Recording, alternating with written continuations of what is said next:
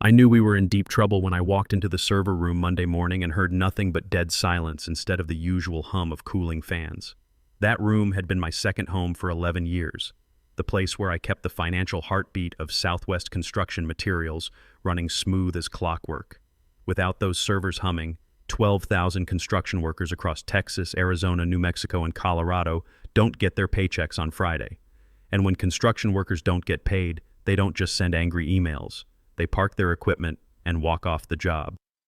I'm Ryan Cooper, 49 years old, and I've been the senior database administrator here since this company was half its current size. I run the payroll backend for everything from concrete pourers in Houston to crane operators in Phoenix. It's not glamorous work, but it's honest work, and I'm damn good at it. Let me tell you something about construction payroll that these MBA types never understand. It's not like calculating wages for some office workers who punch in at 9 and leave at 5. These guys work in 110-degree heat, climb 20 stories up on steel beams, pour concrete through the night when a storm hits and people need their power back. They work overtime that changes by state, union rules that vary by project type, and prevailing wage calculations that would make a tax attorney's head spin. The system I maintain isn't some shiny cloud-based solution that looks good in PowerPoint presentations. It's a beast built on legacy SQL databases, custom scripts, and 11 years of patches I've applied with the precision of a master mechanic working on a vintage Mustang.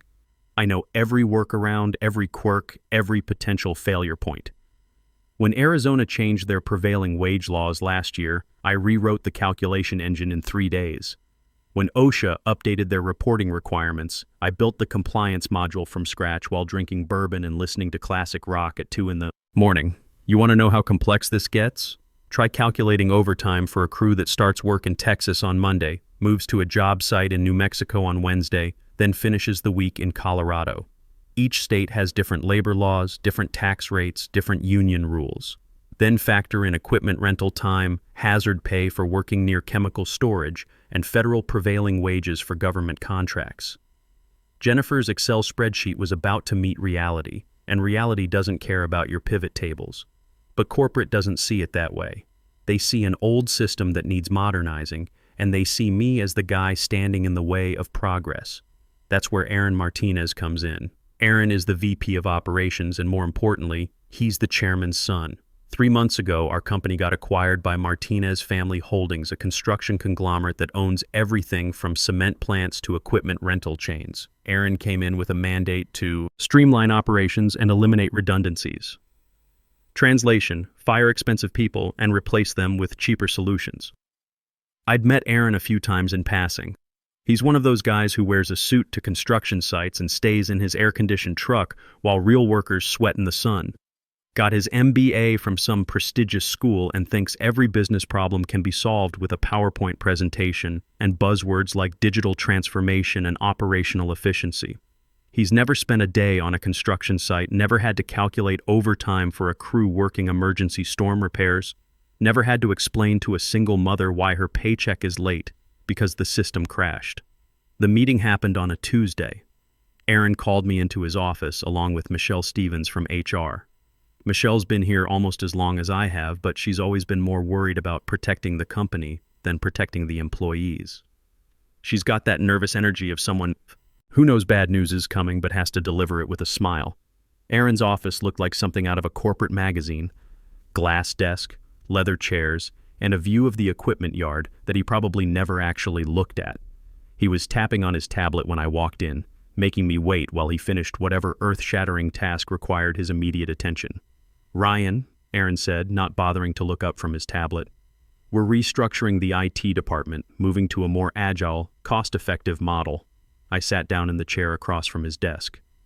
"What does that mean for payroll operations? That's where it gets exciting." Aaron finally looked at me, flashing the kind of smile that car salesmen practice in mirrors. "I want you to meet my niece, Jennifer. She just finished her MBA, and she's built an incredible model that's going to revolutionize how we handle payroll." Here's the thing about family businesses. Competence takes a back seat to bloodlines every time. I'd seen it before in other companies, but I thought our operation was too critical for that kind of nonsense. I was wrong. Jennifer Martinez walked in like she owned the place. which technically, through family connections, she kind of did. She was 25, wearing a business suit that probably cost more than most of our workers make in a week, and carrying an iPad like it was the holy grail of business solutions. "Hi, Ryan," she said, extending a perfectly manicured hand. "I've been reviewing your processes. Very thorough, but also very manual. I think we can do better." The way she said manual made it sound like I was still using an abacus and stone tablets. "Better how?" I asked, though I had a sinking feeling I already knew where this was heading. Jennifer set her iPad on Aaron's glass desk and started swiping through screens with the confidence of someone who'd never seen a real system crash and burn. "I've built a comprehensive payroll solution in Excel. It's cloud-based, it's intuitive, and it can handle all the calculations you're currently doing with those old SQL databases." I stared at her for a long moment. "Excel? You want to run payroll for 12,000 construction workers with a spreadsheet?" "Not just any spreadsheet," Jennifer said, getting a little defensive. "This has pivot tables, conditional formatting, automated macros. It's like having a database, but user-friendly." User-friendly. That's what they always say when they want to replace something that actually works with something that looks prettier. I've been in this business long enough to know that user-friendly usually means it works great until it doesn't, and then you're screwed because nobody understands what's happening under the hood. I looked at Aaron, hoping to see some sign that he understood how insane this was. "Is this a joke?" "It's innovation, Ryan," Aaron said, leaning back in his leather chair. "Jennifer's model can reduce processing time by 60% and cut our IT overhead significantly." There it was, cut our IT overhead. What they meant was they could fire me and pay Jennifer a fraction of my salary. I'd seen this movie before at other companies. Young MBA comes in, promises the world with some half-baked solution. Older employee gets shown the door, and then 6 months later they're begging the old guy to come back and fix the mess. "The payroll run is Friday," I said, keeping my voice level. "Today is Tuesday. If you're planning to switch systems, you need to understand what you're dealing with." I started counting off on my fingers. "We have prevailing wage calculations for government contracts, union versus non-union differentials that change based on the type of project and how many consecutive days a crew has worked. Equipment rental tracking that has to be cross-referenced with GPS data. OSHA compliance reporting. Multi-state tax withholdings where a guy can start the week in Texas and finish it in Colorado."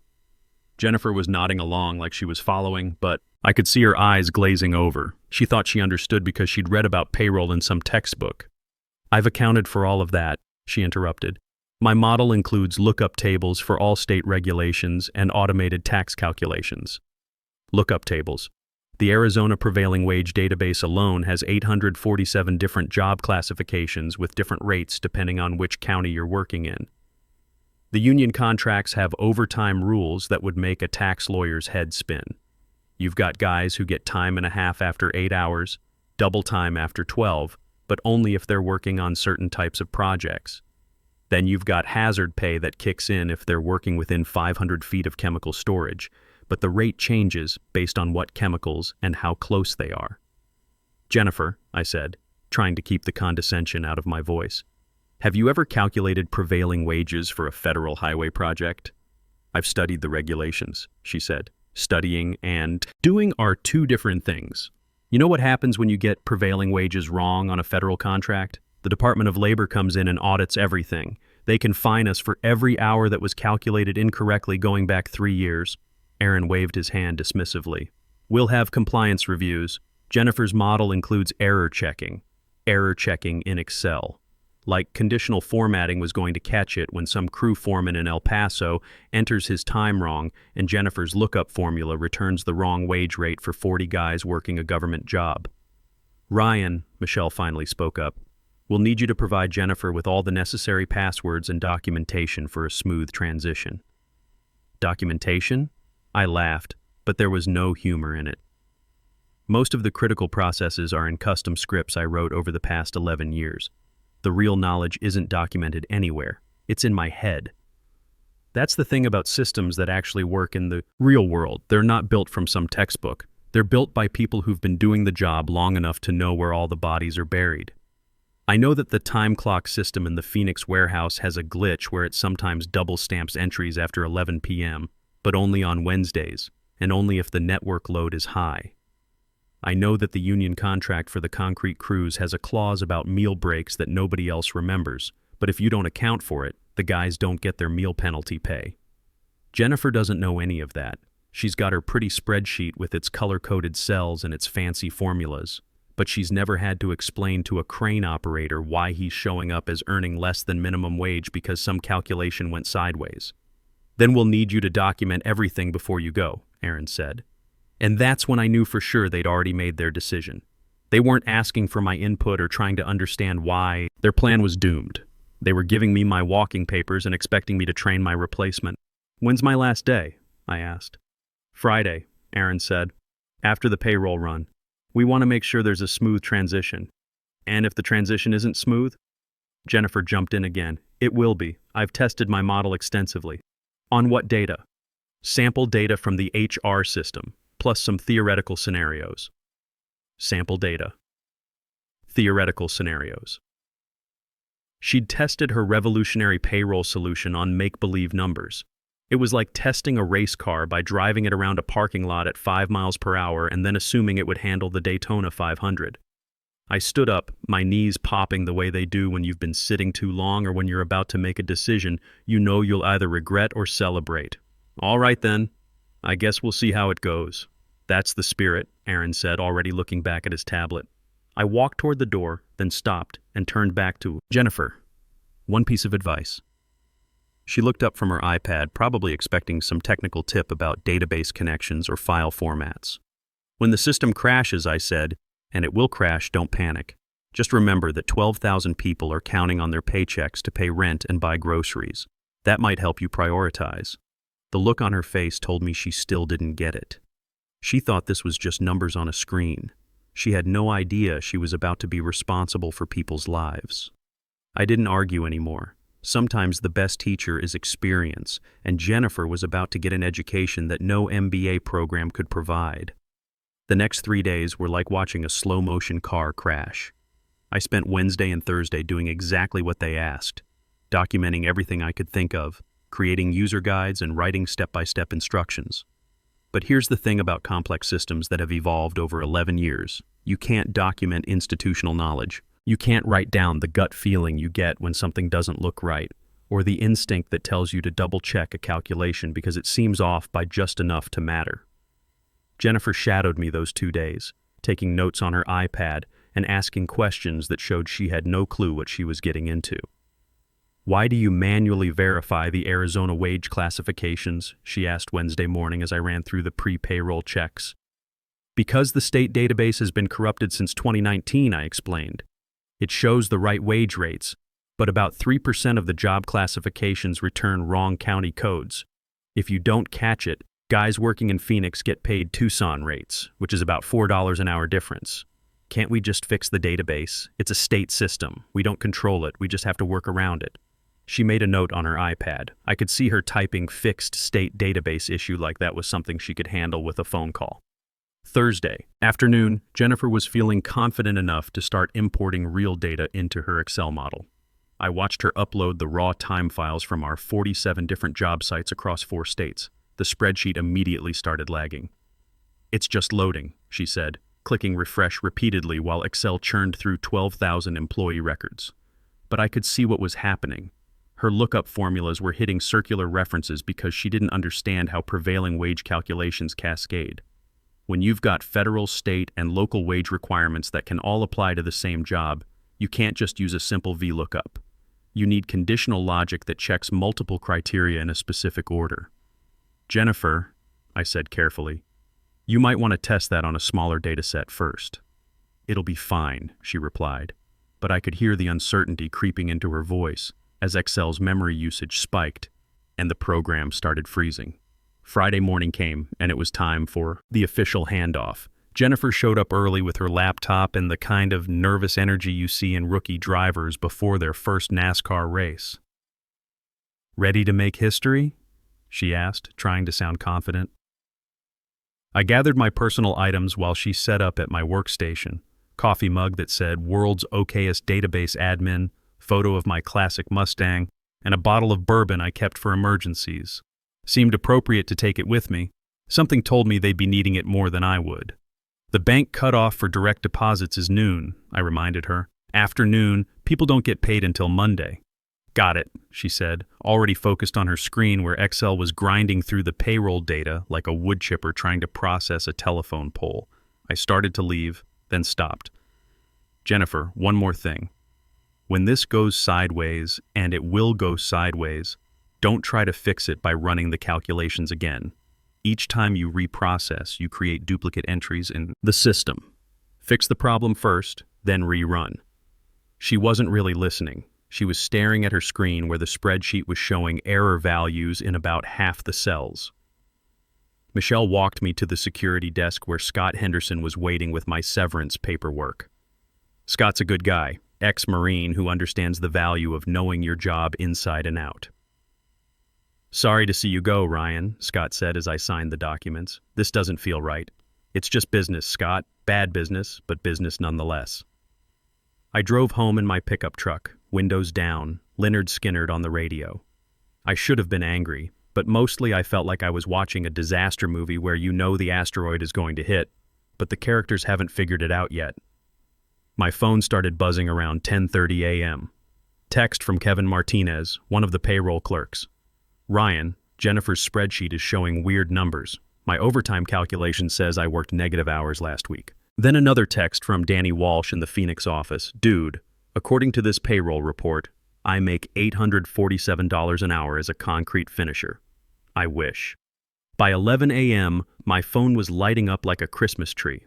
Guys from all over our territory were seeing their pay stubs in the employee portal, and nothing made sense. Employee ID numbers were getting mixed up with social security numbers. Job classifications were scrambled.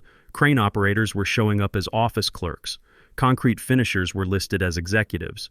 The funniest one came from Tony Ramirez, a foreman in El Paso. Ryan, my pay stub says I worked 2,847 hours last week, and my net pay is $12,000. Did I rob the company, or did the company rob me? I could picture exactly what had happened during the data import. Jennifer had mixed up the column headers. Employee ID numbers were being used as hours worked, and hours worked were being treated as pay rates. Excel was trying to calculate wages using Social Security numbers as multipliers. But the real disaster was still coming. The weird numbers in the employee portal were just the appetizer. The main course would be served at noon when the bank tried to process Jennifer's payroll file for electronic deposits. At 11:45 a.m., my phone rang. It was Michelle from HR. Ryan, her voice was tight with panic. We need to talk. Jennifer's payroll file is showing some irregularities. According to her calculations, we owe the federal government $800,000 in tax withholdings this week, but we only collected $180,000 from employee paychecks. I pulled into my driveway and sat in the truck, listening to Michelle explain how Jennifer's Excel model had managed to create what was essentially a mathematical black hole. Also, Michelle continued, the bank is questioning why we're trying to direct deposit $47,000 to one concrete mixer in Albuquerque, while simultaneously deducting $23,000 from a crane operator's pay for something called equipment rental. Recovery fees. Has anyone told Aaron yet? He's in meetings all day. Jennifer said she could fix it. Famous last words. I'd heard them before from every overconfident rookie who thought they could patch a sinking ship with duct tape and good intentions. Michelle, I said, you might want to cancel those meetings. By 2 p.m., Southwest Construction Materials wasn't a construction company anymore. It was a disaster zone. The bank had rejected Jennifer's payroll file so hard it probably left scorch marks on their servers. According to their automated response, we were attempting to transfer invalid amounts to invalid accounts using invalid routing protocols. The employee portal had crashed under the weight of 12,000 workers trying to figure out why their pay stubs looked like they'd been written by a drunk accountant having a nervous breakdown. Some guys were showing overtime rates of $847 an hour. Others had negative salaries and somehow owed the company money for the privilege of working there. But the real fireworks started when the union got involved. Mike Patterson has been representing construction workers for 25 years. He's built like a linebacker, talks like a truck driver, and has zero patience for corporate nonsense. When his guys don't get paid, Mike doesn't send strongly worded emails. He shuts things down. By 3 p.m., Mike was standing on the back of a pickup truck outside our main office with a megaphone, and trucks were lining up behind him. Southwest Construction thinks they can play games with working people's paychecks. His voice boomed across the parking lot. If they can't figure out how to pay us, maybe we should stop working for them. The wildcat strike spread faster than gossip at a high school reunion. Phoenix sites shut down first, then Albuquerque, then the highway project outside Denver. By 4 p.m., every Southwest Construction Materials job site in 4 states had gone quiet. 12,000 workers sitting in their trucks, posting videos on social media, calling local news stations. The footage was beautiful in a tragic sort of way. Aerial shots of idle construction sites, interviews with workers holding pay stubs that made no mathematical sense, union reps explaining to reporters how a company that builds half the infrastructure in the Southwest couldn't figure out basic payroll. My phone kept buzzing with updates from Scott and the other guys still inside the building. "Jennifer's locked herself in the conference room," Scott texted. "She's been trying to fix her spreadsheet for 3 hours, but every time she changes something, it breaks something else." Another text. "Aaron's been screaming at IT support all afternoon. Apparently Jennifer deleted the original data when she tried to reload the file." That made me chuckle. Of course she did. When you're panicking and something's not working, the natural impulse is to start over. But when you start over in Excel without backing up your work, you lose everything. Jennifer had just erased the only copy of the raw payroll data, and the backup systems only worked if someone who knew what they were doing set them up properly. By evening, the local news was running stories about the payroll crisis. The reporters were having a field day with it. A major construction company that couldn't pay its workers because they'd replaced their experienced database administrator with a spreadsheet. The headlines wrote themselves: "Excel-lent disaster, construction company constructs, payroll catastrophe, MBA versus reality, reality wins." I spent the weekend watching the coverage and fielding calls from workers who were trying to figure out if they'd actually been paid or if their bank accounts were showing fantasy numbers. Some guys had received massive overpayments and were worried about having to pay it back. Others had gotten nothing at all and were wondering how they'd make rent on Monday. The worst call came from Maria Santos, whose husband Jorge works on our concrete crew in Houston. "Mr. Ryan, Jorge's paycheck says he worked 400 hours this week, but he only worked 45. The bank deposited $18,000 in our account. We're scared to touch it because we know it's wrong, but our mortgage payment is due Tuesday and Jorge's real check is nowhere to be found." That's when it stopped being funny. These weren't just numbers on a screen. These were real people with real bills and real families depending on that paycheck showing up on time and in the right amount. Tuesday morning, I was sitting on my porch drinking coffee and reading news articles about our payroll crisis when my phone rang. Aaron Martinez. "Ryan." His voice sounded like he'd been gargling gravel. "We need to talk." "Morning, Aaron. Saw you on the news last night. Nice interview. I especially liked the part where you said the problems were caused by unforeseen technical complications during a routine system upgrade. Cut the jokes. The State Labor Board is opening investigations in 4 states. The union is talking about a class action lawsuit. The bank froze our operating accounts because our payroll file made their fraud detection system think we'd been hacked. Sounds like quite a situation. I need you to come back. Consulting basis. Name your price. I'd been waiting for this call since Friday afternoon. $15,000 cash up front, plus a new contract at double my old salary. Done. I'm not finished. I want a public apology from you and Jennifer posted on the company website, admitting that the payroll problems were caused by premature implementation of an inadequate system. Long silence. Then, "Fine. And one more thing.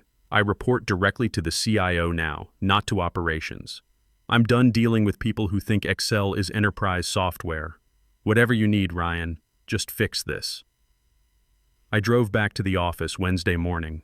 The parking lot still had union guys camped out, but they waved when they saw my truck.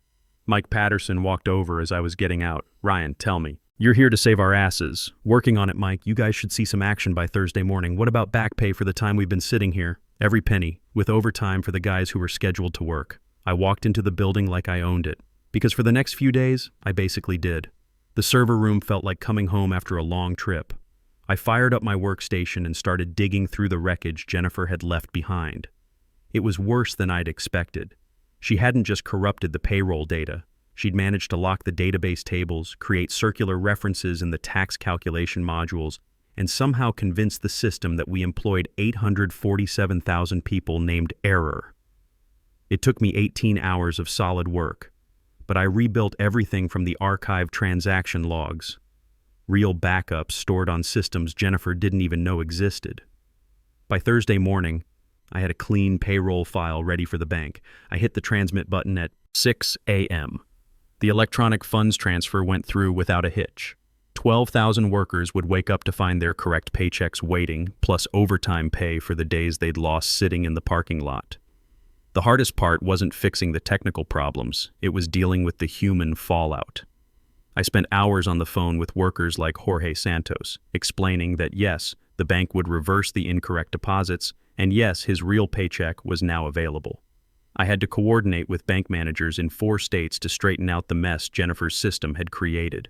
But gradually, things started working again. The job sites came back online. The trucks started rolling. The cranes started moving. By Thursday afternoon, you could hear the hum of construction returning to normal across the Southwest. Friday morning, I walked into Aaron's office. He looked like he'd aged 10 years in a week. "It's done," I said. "Everyone's been paid correctly, including compensation for the strike days." "Thank you," he said quietly. "Where's Jennifer?" "Reassigned to marketing research. Turns out family connections only go so far when you cost the company millions of dollars and nearly trigger a federal investigation." "And my new office?" Aaron gestured toward the corner office with the windows overlooking the equipment yard. "All yours. I had them put in a new coffee machine." I walked to my new desk and sat down in the leather chair. Through the window, I could see the construction sites coming back to life, cranes moving, trucks rolling out with full crews. My phone buzzed with a text from Scott. "Heard Jennifer's working in marketing now. Think she can handle calculating ad impressions?" The public apology went up on the company website that afternoon.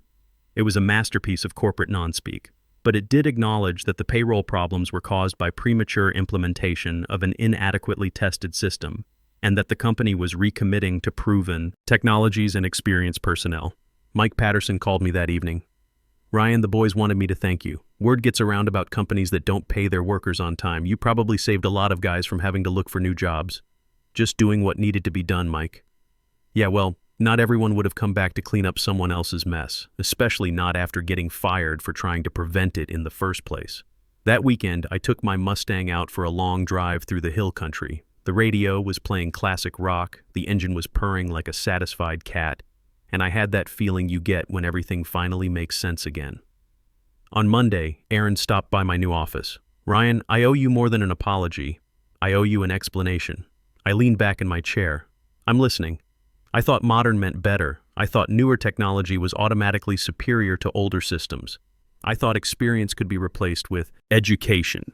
He paused. "I was wrong about all of it. Aaron, there's nothing wrong with wanting to improve things, but you can't improve something you don't understand.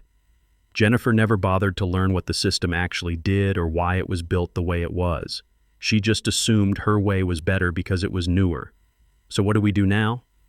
Now we build something better, but we do it right. We take the time to understand what we have, what we need, and how to get there without breaking what's already working."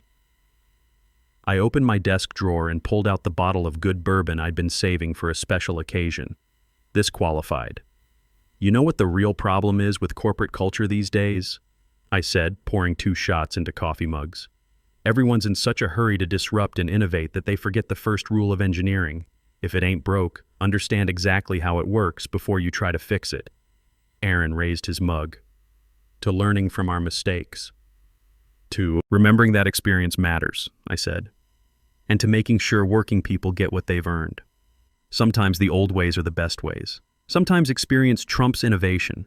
And sometimes when corporate tries to fix what isn't broken, they learn the hard way that some jobs require more than just an MBA and good intentions." I looked out my window at the construction crews heading home for the weekend. Tomorrow they'd be back, building the infrastructure that keeps America running. And I'd be here, making sure their paychecks show up on time and in the right amount. That's honest work. That's work worth doing, and that's definitely worth drinking too. As I finished that bourbon, I thought about the young database administrators I'd be training over the next few months. I'd teach them the technical skills, sure, but more importantly, I'd teach them that behind every number in the system is a real person counting on getting paid. That's a lesson you can't learn from a textbook or an Excel spreadsheet. That's a lesson you learn from experience. In a world obsessed with disruption, the real heroes are the ones who keep the lights on and the paychecks flowing, because stability isn't sexy, but it's what working families depend on. The most dangerous person in any organization isn't the one who doesn't know what they're doing. It's the one who doesn't know what they don't know, but has the authority to implement it anyway.